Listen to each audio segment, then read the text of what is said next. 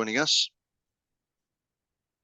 We're going to be recording the session. Thank you for joining our seminar on Unveiling Dubai's Planning Law. My name's Duncan Pickering. I'm a partner in DLA Piper's real estate team. I'm joined by three of my colleagues today. We have Howard Basswood, partner in the planning team. We have Henry Jeffries, a senior associate in the planning team, and Sean Cope, a senior associate in my team in Dubai. As I think you all know, DLA Piper is a global law firm, and one of our real strengths is real estate. We have one of the largest teams of real estate lawyers in the world, and we're present in every major real estate market around the world. This coverage and expertise in specialist areas such as planning gives us a real understanding of the regulatory systems which support and underpin real estate markets. We have a real understanding of what international best practice looks like in areas like planning. So we were thrilled to be asked to join the team advising on Dubai Plan 2040. The team was led by Jacobs. We were engaged to advise on the planning law that would underpin the delivery of Plan 2040. And we were even more thrilled to see the results of our hard work come to fruition when Dubai Law 16 of 2023 on urban planning in the Emirate of Dubai came into force earlier this year. We have about 60 minutes today. Howard will talk about the background to the law. Henry will talk about the law itself and give an overview of some of the key provisions. I'll spend a few minutes looking at what I think the impact and the potential opportunities are, and then Sean will talk about compliance and best practice. We'll try and leave a decent amount of time at the end of the seminar for some Q&A. You will all be muted, I'm afraid, and we'll run the Q&A through the through the comments box on the screen. So I'll do my best to try and moderate the Q&A, but please feel free to type your comments in as the questions occur to you. So I'll hand over to Howard to talk about the background to the law. Good morning. Thank you, Duncan, and it's a great pleasure to be here with everyone today and to have a think about the new Dubai planning law. As Duncan said, it's a product of work that we carried out, work that took our knowledge of a number of the other jurisdictions where DLA Piper operates, because with a footprint so large, we really understand planning, real estate, development, delivery of infrastructure projects throughout the world, and we can pick best practice examples to support clients, regulatory clients, in what they're doing. In addition, one of the things about DLA Piper is that we're often very close to the centre of decision making, and we have legislative draftsmen like Henry and I, who get involved in terms of drafting laws for different countries, which might be Dubai itself, it might be work that we do for the UK government, it might be work we drafted a few years ago, a planning law and municipal law for Afghanistan. So all sorts of different work that we carry out in different jurisdictions. And in this particular instance, we were commissioned to support Jacobs in relation to the work as part of Dubai 2040 that is designed to ensure that the urban master plan and sustainable development project that is Dubai 2040 really sticks, really is effective in the Emirate and delivers its objectives. And that's really important because it means that the Dubai urban master plan for the whole of the Emirate is then given effect. People can understand what is meant, what's intended, and as it evolves, how changes take place. And that's really important for the purposes of civil society. It gives confidence for external investors. It gives confidence for domestic developers, and this produces a real benefit in terms of the way that you can see the Emirate developing. And you might very well ask, the development of Dubai has been going great guns for a long while. It's doing very well. What what is the need for a planning law in these circumstances? Well, the Dubai municipality and the emirate decided that it was important to have this for the reasons I've just discussed. I mean, Dubai municipality was established as far back as 1957. And as the emirate has developed and as the city in Dubai has developed, its role has changed. But there hasn't ever been a specific Dubai planning law.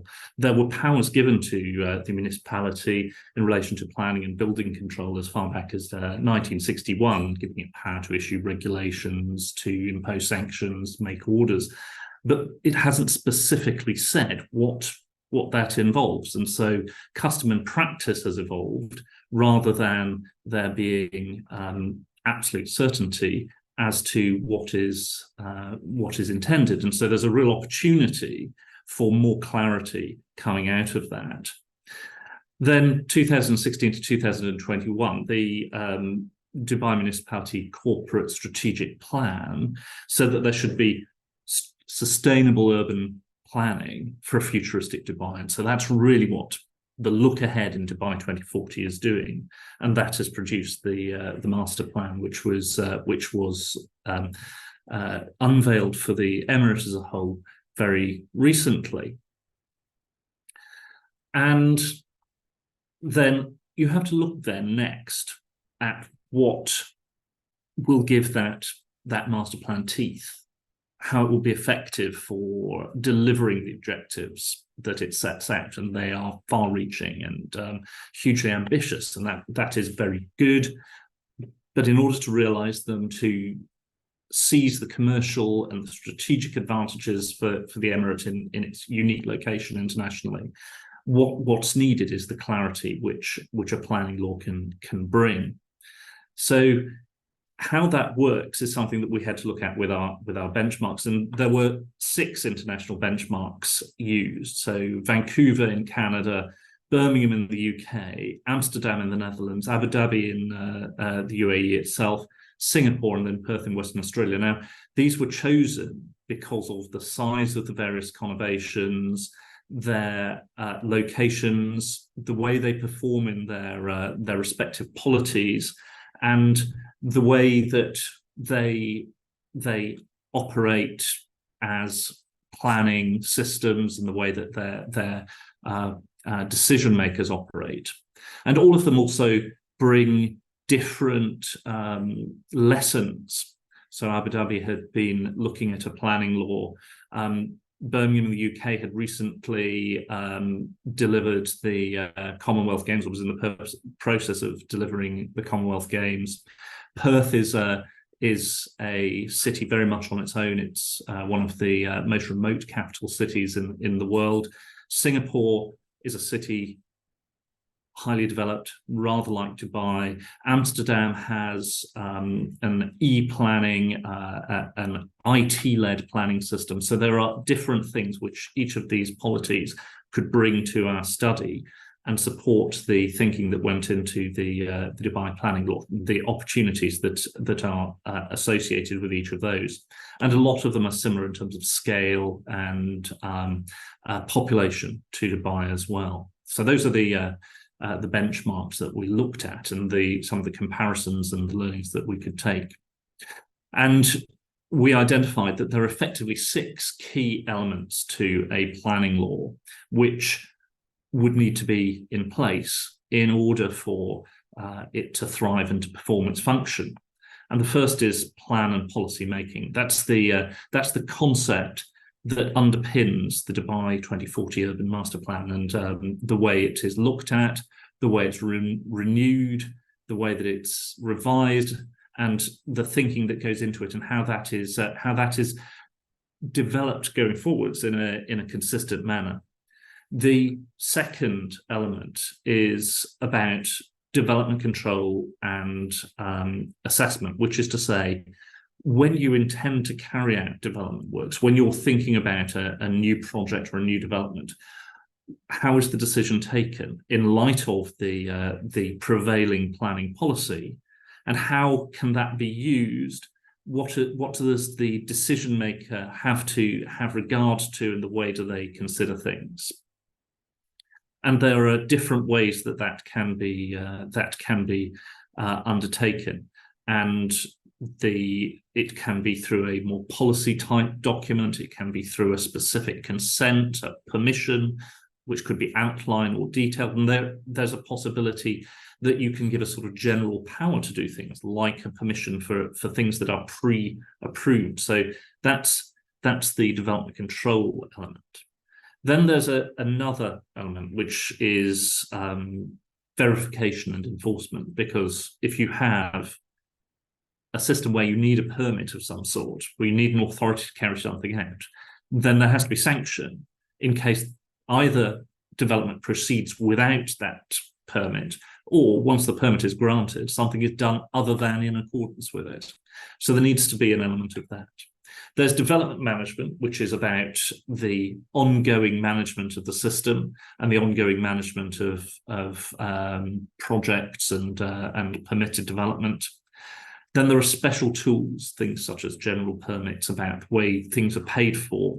And then finally, governance, which is about the people and the decision makers who are involved in their respective roles, making sure that overlap is avoided and conflicts are avoided. And also, if one's aggrieved with how a decision has been taken, what do you do? How do you tackle that? Who is involved, and what will they have regard to? So that is the sort of the next element to look at there.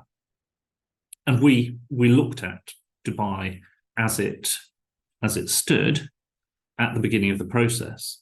So it's a civil law jurisdiction, which means that the main difference have regard to there is that this is not a jurisdiction where judge-made precedent applies like it does in common law jurisdictions. There were a series of urban master plans which had applied, but none of them had a sort of statutory footing like you have for the 2040 master plan now. And there were, of course, different approaches in the areas that were subject to Dubai municipality's jurisdiction and the free zones. Now, Dubai municipality back in the 50s and 60s was established with responsibility for the emirate as a whole, but as the free zones evolved, then it steadily devolved powers to the free zones in relation to particular areas. And as a result, you've got differences in custom and practice, which were no doubt appropriate for the different areas. But of course, this produces a situation of inconsistency. And it raises questions about how something that crossed partly into a free zone, partly into Dubai municipality areas, how would that be tackled? So there's a real opportunity to bring those sort of things together. Different regulations in different parts and different competencies for different free zones in different parts of the emirate. And also, of course, there are some emirate-wide bodies, such as the RTA and DIWA, which needed to be involved and to understand their roles in the process. And so these were all of the ingredients that we took together in terms of bringing some proposals for a law forward, and which have been incorporated to a greater or lesser extent in the law as it has ultimately been promulgated by the authorities in Dubai. And that's really where I'd probably like to hand over to Henry now, who will give some more detail as to how this has taken place, what's involved, what does the law itself mean, some real nuts and bolts information about the way that the Dubai planning law now exists. Henry, do go on. Thank you, Howard. So I think as Duncan mentioned, the law we're looking at here is number 16 of 2023 on urban planning in the Emirate of Dubai. So it was issued on the 7th of July and stated it would come into force 90 days after that date, which in fact was the back end of last week. So the law is now in force, which I think is important.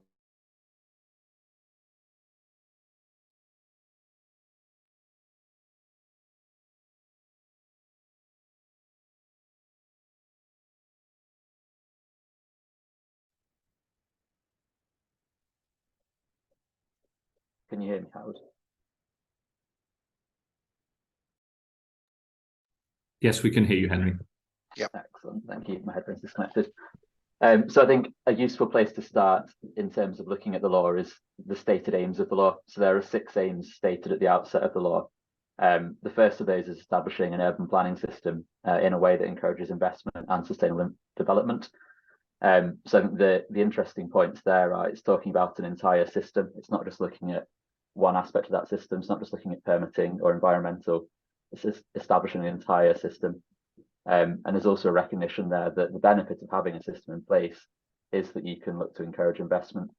So if you've got investors, particularly international investors, and they can look in and see there's an established system there, there's an element of certainty, which I think will encourage investment. The second aim is around governance, and the word that's used there is coordination, which I think is really interesting. So Howard mentioned the system of free zones and various different jurisdictions. I think one of the roles that the law plays is to coordinate those different jurisdictions and make sure there's one direction in urban planning in Dubai. The third aim is around the system of planning, both in terms of the preparation of plans and policy, which is the 2040 plan, and then the fifth aim in terms of the lower level permits. So the permits which accord with that plan and tell you what development you can actually bring forward on the ground. And then the fifth and sixth aims are both around the environment, with the fifth aim looking at the preservation of the environment more broadly, and then the sixth aim looking in more detail at both environmental impact assessment of projects and then strategic environmental assessment of plans and policies. And on that note, the environmental impact assessment of projects is an existing concept in Dubai, whereas strategic level environmental assessment is a more recent concept that's been introduced by the law. So in terms of a run through the law, I'll just go through a few of what I think are the key features, the main takeaways, and I'll do a more detailed run through of the provisions. And I'll do that with reference to these six elements of a planning system that Howard referred to. So I think in terms of key takeaways, the first point is that the law applies to all of the Emirate, including free zones and private development zones. So that's a useful point to note in terms of the existing system, where you quite often will have a Dubai municipality system and then a separate system in each of the free zones. This is very much looking to unify the system. There's a definition of urban planning included in the law, and that includes concept of land use, housing, transport, infrastructure, the environment, open space, and also community services. So it's very much a broad interpretation of what planning is. It's not just a case of building works necessarily, it's much broader in terms of those concepts around community services and infrastructure. The law envisages that the planning system will be made up of both policy level documents, which are the Dubai Urban Plan 2040 and subsidiary framework plans.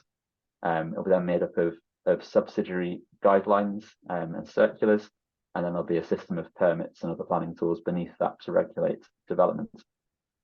From a governance perspective, the law establishes the Supreme Committee for Urban Planning, which is essentially an oversight committee, which was established alongside the Dubai Urban Plan some time ago, but is now expressly acknowledged as being the oversight committee. It then refers to Dubai Municipality as being the coordinating authority responsible for the regulation of urban planning. So that's essentially the role Dubai Municipality will play in that role will be to coordinate the various different free zones, private development zones, and make sure they're all moving in the same direction in the planning sphere. I think then crucially, what the law does is gives the Dubai Urban Plan 2040 a statutory footing. So it means both that developments required to be brought forward in accordance with the plan, and also that when authorities, including Dubai Municipality and free zone authorities, are granting permits, they have to have regard to the plan in issuing those permits.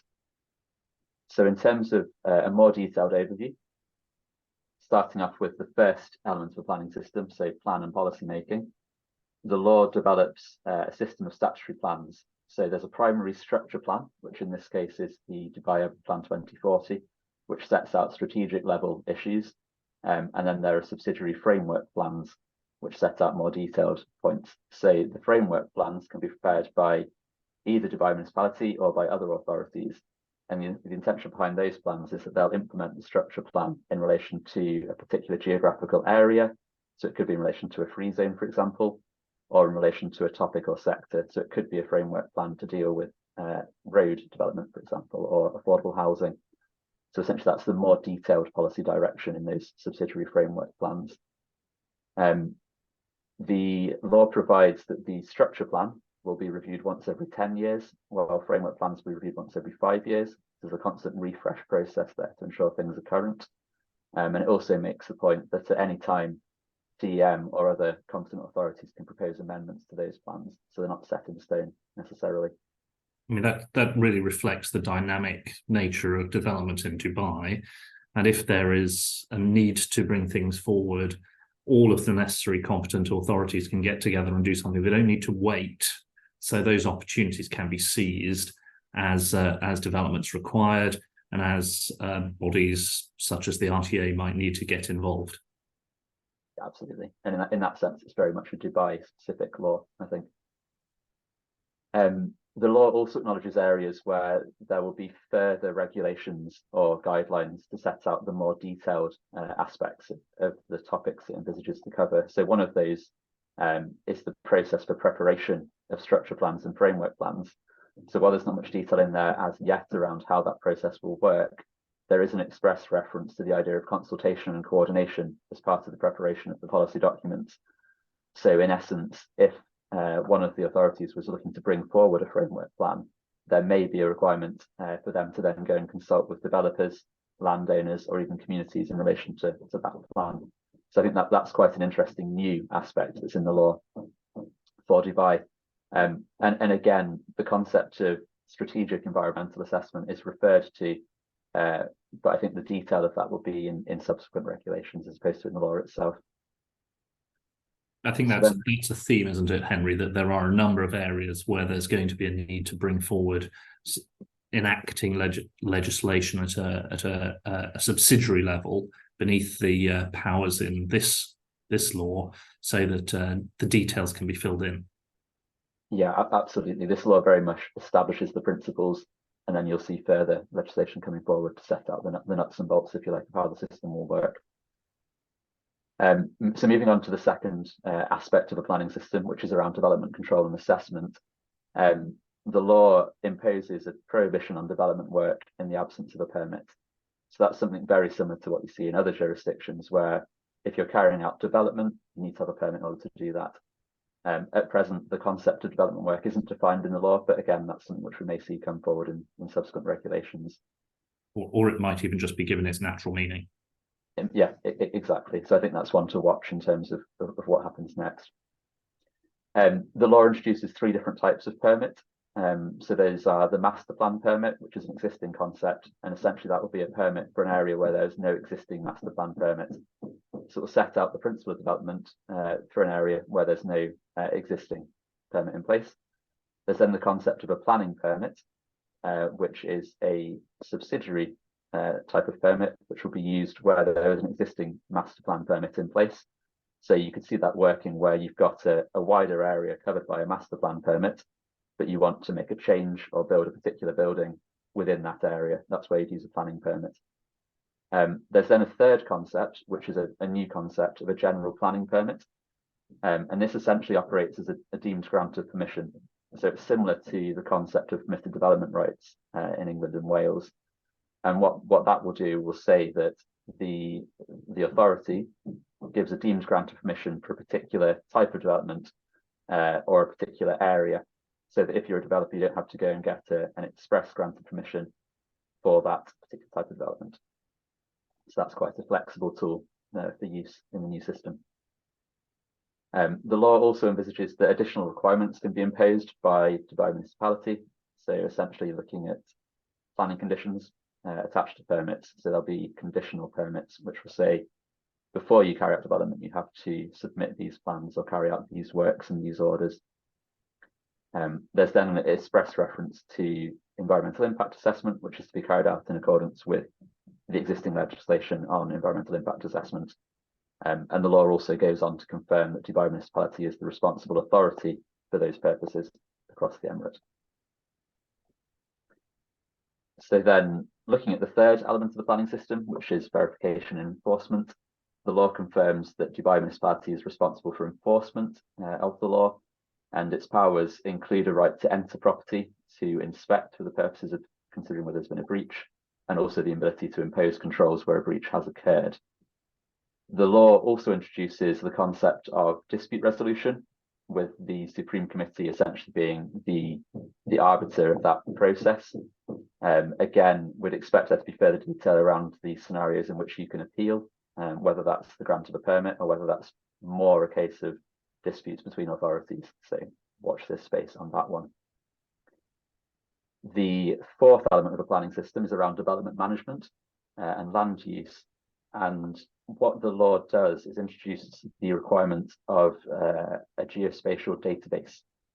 So there's a requirement there for Dubai Municipality to maintain this database, which is essentially akin, I think, to the Dutch system, where there's an online mapping tool whereby you can go onto that tool and see, in Dubai's case, which framework plans apply or which permits have been issued in that area. So that's, in theory, a tool which will make it much easier for developers to see the requirements for their projects. Moving on to the fifth element, which is special planning tools. I think already mentioned the concept of a general planning permit, which is a new concept and quite flexible. There's also reference to the concept of major urban projects.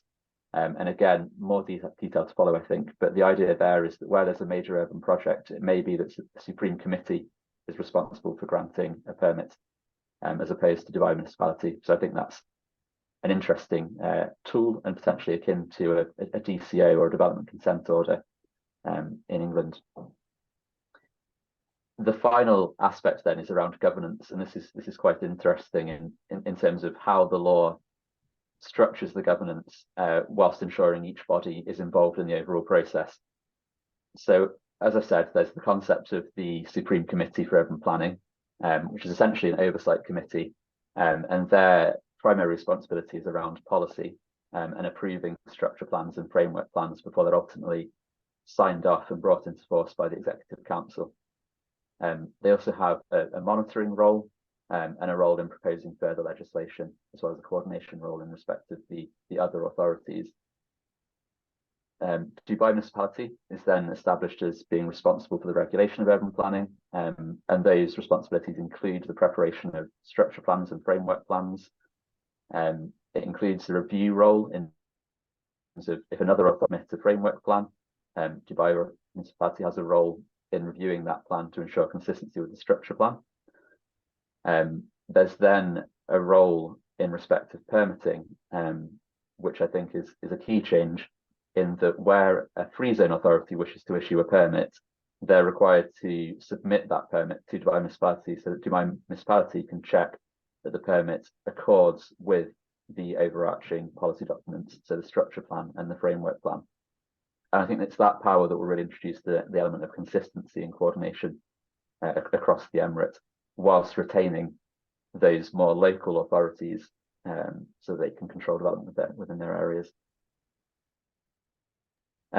So in terms of the roles of other authorities, there's a role in terms of policy making, in that they can submit framework plans for their areas or for their topic areas. There's also then the role in terms of issuing and receiving applications for permits. So on the ground, they'll still be responsible for those permits. It's just that coordination role that Dubai Municipality plays on top. And I think it's just worth noting that Dubai Aviation City has a slightly different scenario, in that they themselves are required to take account of the structure plan, but aren't necessarily subject to the same oversight of Dubai Municipality as the other jurisdictions. So I think just to sum up, sort of three key points are: the first one is that the law puts the policy documents, so the structure plan and the framework plan, on a statutory footing, which should ensure coordination across the Emirate. I think it gives Dubai Municipality a clear role in coordinating and enforcing development. And then thirdly, I think the increased recognition of stakeholder involvement, both in terms of consultation and potentially appeals, is a very interesting development as well.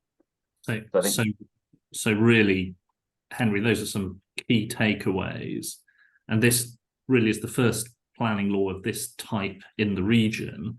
So a real opportunity for the Emirate in terms of some clarity and some opportunities in terms of developing its system in a modern way that reflects that objective back in the 2016 to 2021 strategic plan of a futuristic Dubai and sustainable development. Absolutely. And I think it's a system that will appeal to developers and investors as well through that clarity and coordination. And I think Duncan's going to talk slightly to how that may feed into opportunities. Yeah, absolutely. Thanks, Henry. I mean, picking up on some of the words that have been mentioned in the first part of the presentation, clarity, transparency, certainty, confidence, governance, coordination.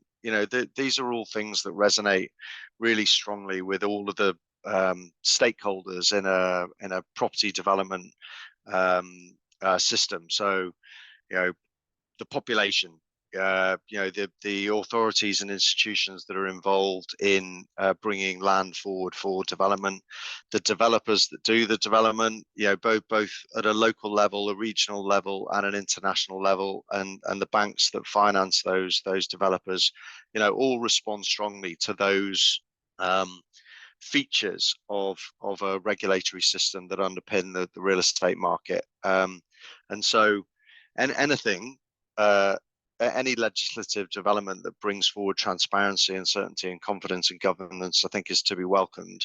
Dubai as an emirate has set out its priorities, its strategic priorities in Plan 2040, and with the planning law, it's introduced a tool to link the vision to the actual land use and the permitting process that will then contribute to the realization of the vision. Planning decisions that are taken in the emirate now must have regard formally to the vision that's been set out. And for developers in particular, I think this introduces a degree of certainty. So not only around the land uses and what the priorities of the emirate are, but also the process that they're going to be required to comply with, so that if a developer knows that if it submits an application to develop land in a particular way for a particular purpose, and that is consistent with the terms of the planning law and the implementing regulations when they're introduced, then it has a much higher degree of certainty that development will be approved. And I think that has an impact, time and cost, not only for developers that are here, but I think importantly for developers that aren't and are assessing whether this is a new market that they want to become involved in. So, particularly international developers and institutional grade international developers, want certainty. They want a way to price the risk. And the more information they have and the more they know about the system and the more they can read in black and white, the better. I think another potential impact is that having a strongly enforced vision potentially introduces a degree of scarcity into the market. So the market will have a much better picture of the types of land use that the emirate is prioritizing, where those land uses are to be allocated. And of course, this is all subject to review. And as Howard says, this is intended to be a dynamic system. But in Plan 2040, the emirate has set out its priorities, has set out what it's looking to build and looking to achieve. And I think all of that introduces a degree of consistency, which again I think will resonate strongly with developers and overall goes to the strength of the market and the market participants that will be attracted to come to Dubai and help realize the vision. And I think, Sean, you're going to talk a little about the nuts and bolts of the system and what compliance and best practice that those developers will be dealing with might look like. Yeah, thank you, Duncan. So together with Duncan, I'm part of the real estate team at DLA Piper based in Dubai. And I've been here for a decade now. And over that time, I've represented a number of master and sub-developers of real estate projects in the Emirate. And it's from that perspective that I'd like to make a few observations of the practical implications that developers should be aware of under the new planning regime.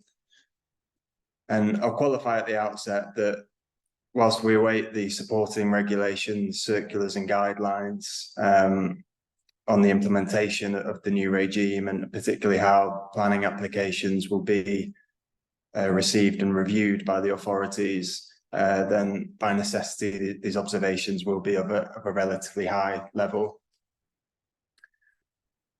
So first, and perhaps most obvious, and I think all three of the speakers have made the point, is that of paramount importance is ensuring that applications conform with and are cognizant of the objectives and policies of the structural plan. So Dubai Urban Plan 2040, as it is now, and the subsidiary framework plans, which will arise from that. So for specific sectors, be it housing, infrastructure, transport, or areas of the Emirates, such as free zones, be what it may. So this is vitally important because the structural plan will be used as the basis for setting the basic principles for deciding on applications for the issuance of planning permits. Related to this, the law requires that the structural plan is reviewed at least once a decade. So before 2031 for the Dubai Urban Plan 2040, and once every 5 years for framework plans. And as Henry mentioned, there is an ability for the authorities to accelerate any reviews if they deem the need arises.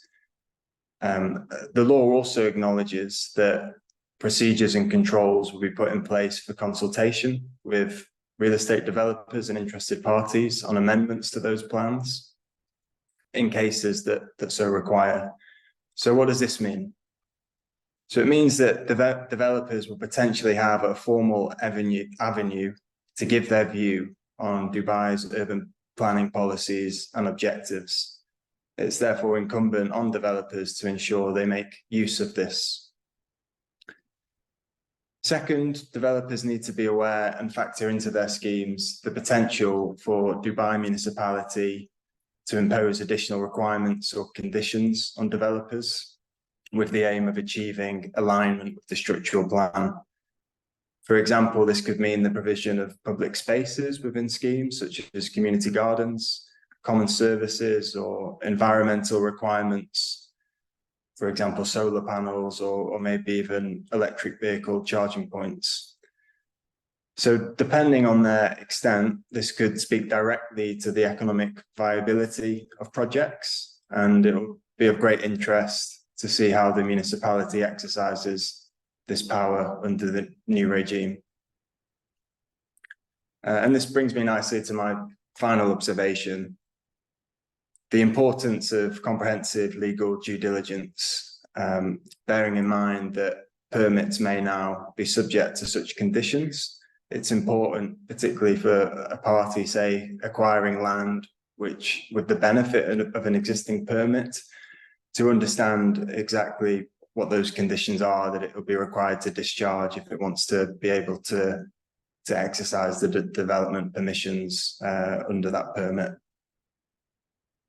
So related to this, and once fully up and running, the integrated and codified regime will help parties to precisely identify the permits and approvals required, which in turn should allow lawyers to draft conditions within contracts with much greater precision, and move away from the sort of catch-all conditions that you often see in documents here around obtaining all necessary approvals. So the great benefit of that will be enhanced certainty, which again is another theme arising from the law. So those are a few of my observations, and as a sort of practitioner here, I'll be, awaiting with great interest as the implementing regulations to follow. Thanks, Sean. Thanks, Howard. Thanks, Henry. So I think, Howard, Henry, unless you've got any comments that you'd like to make in conclusion, we can move to the Q&A, and there's a couple of questions that have already come through, but we've got a little bit of time, so if people do want to have a think and send them through onto the Q&A, I'll try and pick them up and divide them up amongst the team here. Let's go to the Q&A, Duncan.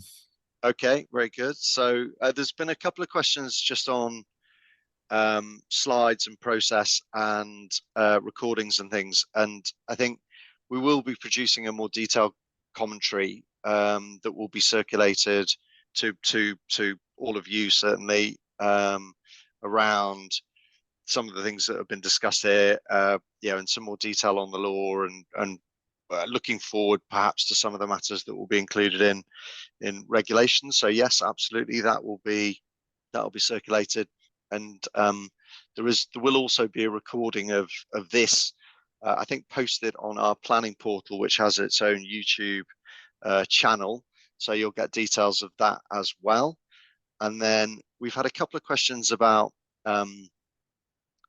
sort of, I guess, a couple of matters of detail of things that have come up. So the first one from Faris is saying, and Henry or Howard, I guess this may be for you, is around whether the geospatial database is it going to be accessible to the public, or whether it's only for use by the local authorities. Do either of you know the answer to that? So in terms of the provisions in the law at the moment, they refer to the database being available to the various different authorities and shared between the authorities to support decision-making processes. The law isn't clear, I don't think, at the moment, and it may be a matter for regulations as to whether a developer could potentially pay a fee for access to that database, for example, to get further information about the site. Yeah, I think what I'd say is that the geospatial database is designed to provide a tool for Dubai municipality and for they're referred to as the concerned entities, which are the other public authorities in Dubai. So the starting position is that it's designed for Dubai municipality. What we may see in future, as Henry says, is that there is a fee payable for access to that information. Knowledge is, of course, always valuable. So one can imagine that perhaps not as a direct open source planning database, it's available free of charge, but it's not inconceivable that an access fee could be provided on a site-by-site or area-by-area basis. But as Henry says, we have to wait and see. Yeah, okay. And then we've got a couple of questions around engagement and community engagement. So the first one is around whether there is any degree of community engagement specified in the law, and the degree to which municipality will be involved in community engagement. And then linked to that, a question around transparency for members of the public to view proposals for developments, similar to the system which exists in the UK. So on the first point, what the law does is it says that regulations will be issued to deal with the process for submitting and adopting policy documents, say structure plans and framework plans specifically. And as part of those regulations, the law requires that the regulations include details around consultation. So we can expect that those regulations will include details. So that's probably the first part of the question. Second part of the question, in terms of whether Dubai municipality will be involved, I think the answer is yes. So the requirement under those regulations would be placed on whoever it was that was preparing the relevant framework plan or structure plan. So that could be Dubai municipality, it could be RTA, for example, or DUA, who's required to consult. So the second question around availability of information, there's nothing in the law that suggests that there'll be a planning portal, if you like, where you can go on and view applications. But it's not beyond the realm of possibility that further regulations may provide for something. There are a couple of additional observations I'd make there. First, it is not, we don't know yet whether there will be consultation with communities, and that's not inconceivable as practice develops in that sense, particularly for involvement of Emiratis. The second thing to say is that in terms of a public register, one of the objectives of the whole system, the Dubai 2040 plan and this law, is coordination, making sure things come forward in a coherent, properly organized manner. And that implies, as well as those questions of free zone authorities consulting with Dubai municipality in relation to intended consents and permits, it's about making sure that interactions are properly managed, and that implies that there will be some element of that going forward. But that again, I suspect is something where custom practice will develop as time passes. Okay. I'll take these questions in the order that they're coming up. So we've had a question in about the extent to which this law might deal with property ownership disputes or fraud. And I think probably this isn't something that is expressly addressed in this law. I mean, there are other laws in Dubai and at a UAE level, which I think, you know, give investors certainty around the titles that they're receiving. I think, you know, our experience is that the system of land registration in Dubai is one of, if not the best in the region. It provides a high degree of certainty around title. And I think, as Sean mentioned, and perhaps I would say this, you know, there is no substitute for proper legal due diligence, you know, before embarking on any kind of investment. And through that due diligence process, it usually is possible to get to the bottom of title ownership to a degree that's satisfactory for most investors. But I don't see this as something that's being explicitly covered in this law. Yeah. But on the other hand, Duncan, this is very consistent with that regulatory confidence that you get in Dubai that's so important and makes it an attractive destination. So it's really a consolidation of good practice in the Emirates, isn't it? Yeah, that's right. And then we've got a question to do with the operation of the law and the capacity of the municipality to implement the law. And I guess, Howard, Henry, you know, what do you see coming down the tracks in terms of implementation? I think there's clearly an increased role for Dubai municipality to play in the planning system as a result of the law. I don't think we've got knowledge on the ground in terms of are they employing more people. But I would say that, I mean, the law's been published for 90 days now, and I'm sure that Dubai municipality were involved in the process of arriving at the final form of the law. So you would expect that the Dubai municipality would be increasing, I suppose, both knowledge and potentially staff in anticipation of the law coming into force. One of the things that we had in mind when we were advising was that it may be necessary to augment the resources that are available to different components. So whilst it's really clear where the decision making has to lie, and that's in Dubai municipality and the Supreme Council, so that's sacrosanct, that the actual administration could be done in a number of ways, and that's potentially an area where you could see consultancies being involved in terms of administering the process. And it's I think that's an important thing in terms of flexibility in terms of delivering this. The other thing to bear in mind is that this is not virgin territory. This is not virgin soil here. The free zones in Dubai municipality have been issuing permits and master plans for some time. So what this does is it is some changes to the concepts and some hardwiring of requirements, but it's not something which will be unfamiliar. It's an evolution rather than necessarily being a complete change of direction. And there will already be some expertise which the concerned entities are going to be able to draw on here. Yeah. So we've got a couple more minutes, but if anybody does have another question, we are all available if you have more specific questions that you prefer to raise with us privately. So please do route them through either me or any of the other members of the team. And as I say, we are going to be making more materials available, both in written form and in the form of this recording on the channel, and you'll all get details of those. So if there are no more general questions, then I shall thank you all for attending. I thank Howard, Henry, and Sean for their contributions, and Sophie and Joe for organising this. And I hope you all found that worthwhile and enjoyable. Nice to see you all. Thank you very much.